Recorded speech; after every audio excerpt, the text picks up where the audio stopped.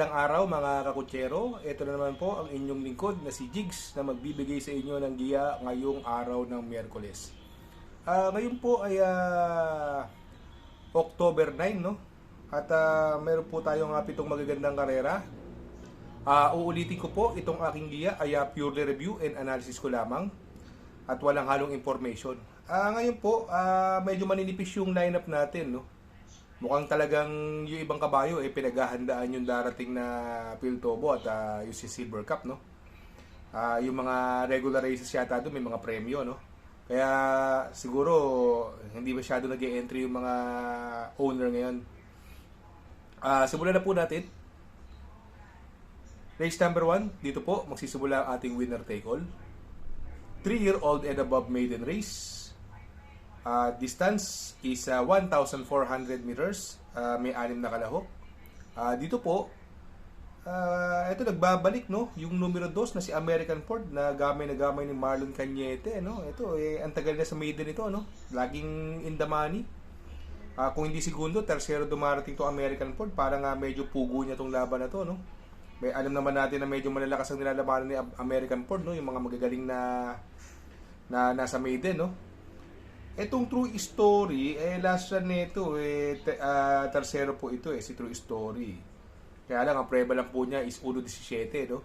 Ang tingin ko magdadala ng unahan dito, yung Raining in Manila, at saka si Just Me, no? Nung nakaraan, si Just Me, siya bandera doon sa race na yun, Ando si Batang Kanlaon, dumating lang po si Batang Kanlaon na pang-apat, no? Kaya sa tingin ko, medyo lamang to, no? Yung numero 2 na si American Ford, no? Kaya dito sa race number 1, pili ko po, numero 2, American Ford. Paligundo ko, numero 6 na si True Story. Sa race number 2, dito naman po, magsisimula ang ating pick 6. Pilracom rating based handicap system race. Class 5, 6 to 10 split. Distance is 1,200 meters. Dito may 8 kalahok, no? Feeling ko dito, no? Parang pwedeng maging tailor-made, no? Ang bibilis ng mga kalaban niya dito, no? Puro de boca, no? Puro ang mga panalo, puro mauna, no? Andyan yung Prince Arman, Safe in the West, Bright Mind, Little Annie, puro mabibilis po yan, no?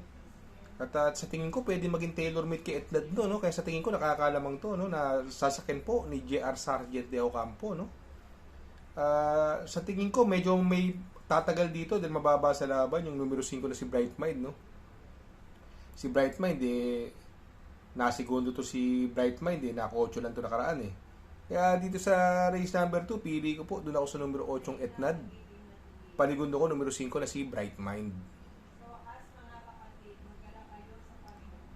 Sa race number 3, dito naman po, magsisimula ang ating pick 5. Pilracom rating based handicap system race, class 5, 6 to 10 split. 1,200 meters is the journey. May 6 na kalahok. Dito, no? Kung mapapansin natin, no? Ang laki na ng binaba ng laban ng Malita, no? Nasakay ni RC Suson, no? Tulog lang kayo sa koneksyon, lamang po yan, no? Alam naman natin si Malita, lumalaban to sa magagaling na maiden, no? Mga nakalaban sa maiden yan nung year 2023, sila Light Bearer, no? Pero ngayon, ito, andito na siya sa grupo dahil nakagraduate na. Medyo malalakas yung grupo niya nakaraan, ngayon bumaba ng laban. Kaya sa tingin ko siya napupusuan ko rito, no, si Malita. At sa tingin ko siya na rin ang pwedeng magdala ng unahan dito at saka si I Like This Girl. Ito mababa rin sa laban, numero 1, no, si Gojigo, no, nasakay ni RJC Tabor, no. Kaya lang 56.5 ang timbang, pero sa tingin ko 2 horse race lang po yan, hindi na po lulusot yan sa dalawa between Gojigo and Malita. Pero ako pili ko po rito, doon ako sa numero 5 Malita. At panigundo ko po, numero 1, si Gojigo. Sa race number 4, dito naman po, magsisimula ang ating pick 4. Pilracom rating based handicap system race. Class 5, 5 split, placer. Distance is 1,200 meters. Dito may 6 na kalahok, no? Dito, anybody's race, pero sa tingin ko, medyo nakakalamang ng konti yung numero 5 si Black Diamond, no? Na binigay na kay Jomer Storke, no? Tunog lang po kayo sa connection, tingin ko lamang po yan si Black Diamond, no? Sa tingin ko pwede magdala ng unahan dito, no? Andyan yung Lady Juliana, Chase the Gold, no? Sa tingin ko pwedeng magagarang sa unahan niya, no? Dahil may iksiyang karera, pwedeng mapabor, no? Yung Ice on Sunrise, laging segundo to, no? Ngayon binigay na from Ison Bautista to JR Sargent de Ocampo, no? Sa tingin ko, siya ang pwedeng makalaban ng Black Diamond. Kaya dito sa race number 4, ang pili ko po, numero 5 na si Black Diamond. Panigundo ko, numero 3, si Eyes on Sunrise. Sa race number 5, Pilracom Rating Based Handicap System Race, Class 5, 11 to 15 split. Distance is 1,200 meters. Dito may 8 kalahok, no? Dito, no, makikita natin, numero 1, Tenacity, no? Napaka-impresibo ng panalo po nito, no? Parang medyo mababa pa tong laban na to, no? Tinalo po nakaraan niya si, si Snow White at saka si Monrovian Bell. Dihado po nanalo. Ang sakay po nun, si JR Sargent de Ocampo. Tip natin nakaraan yan, pandihado, si Tenacity. Ngayon po, binigay na kay Jan Alvin Guse, no? Sa tingin ko, siya magdadala ng unahan dito, no? Si Tenacity, no? Sobrang impressive nung panalo niya. Sa tingin ko, basta malaman niyo yung connection, labas to, tingin ko, pwedeng panalo to, no? May kabit pa sa unahan, yung Black Diamond, no? Patrick Uy. Sa tingin ko, no? Siguro, kung hindi maganda magiging balita, magiging protection ko, yung numero 5 si Lucky Nono. Na-scratch lang po nung karera to, si Lucky Nono, At gamay rin po ni Conrad Henson yan. Ang pwedeng magbigay ng pressure ng konti sa unahan, yung medyo napupunto, medyo magaling yung auspicious, no? Pero sa tingin ko, kaya ni Tenacity yan. Maggumanda lang ang lundag ni Tenacity, tingin ko, tapos ang karera kay Tenacity.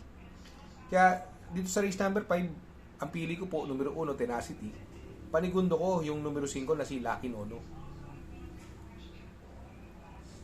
Sa race number 6, penultimate race, Pilracom Rating Based Handicap System Race, Class 4, 28 to 33, 34 to 39 merge.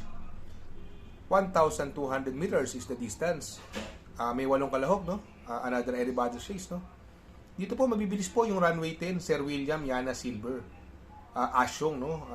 Sonic Lane, bibilis din po yan, at saka si Attractive Force. Pero sa tingin ko, yung Attractive Force, susunod lang po yan, no? Kasi nung nanalo po yan, sinunod lang po yan si Attractive Force, pwedeng maging tailor-made sa kanila to dahil ang panalo po nila runway 10, Sir William, Yana Silver, Asyong, puro mauna po, Kaya ako, sa tingin ko, yan ang pipiliin ko, Attractive Force, no? Yung Parisian Life, no? Ang ganda ng panalo nakaraan, no? Mukhang na-ibenta na to, hindi na kay Sir Benhor Abalos, no? Kay SILG, no? Pero sa kay pa rin siya ni Patty Dilema, no? Napupunto to, Sa tingin ko, ito yung pwedeng makalaban niya, no? At syempre, sasama ko yung mababa sa laban, no? Yung Giant Killer numero 7, yung Sonic Clay, no? Ito, malalakas na labanan, medyo waba na laban, although mabilis din siya, no? Sa tingin ko, baka naman isunod lang ni Jeffrey Makikay ngayon ito, no? Kaya dito sa race number 6, magtatatlo po ako. Doon ako sa numero 4 na si Attractive Force. Parigundo ko yung numero 6, si Parisian Life, at isasama kong pandiado yung numero 7 na si Sonic Clay. Sa race number 7, sa last and final race, Pilracom Rating Based Handicap System Race, Class 4, 16 to 21 split. Distance is to 1,200 meters. Dito po, no, may 8 kalahok, no? Another anybody's race po ito, no? Ito, ang pili ko po dito, no? Kung ako mamimili, doon ako sa medyo napupunto ngayon, no? Galing sa panalo, tapos nakaraan, medyo natimbang yung numero 8 na si Extra Addition, no? Nagamay po ni Kelvin Abobo, no? Sa tingin ko, ito, laging in the money, no? Etong pagkapanalo ni Yabadabadur kay Crown Prince, sumunod nun, nasigundo siya, si Yabadabadur, no? At mukhang nagamay ni Patty Dilema, tingin ko, yan ang mahigpit na kalaban, at ang distansya is 1,200 meters lang, no?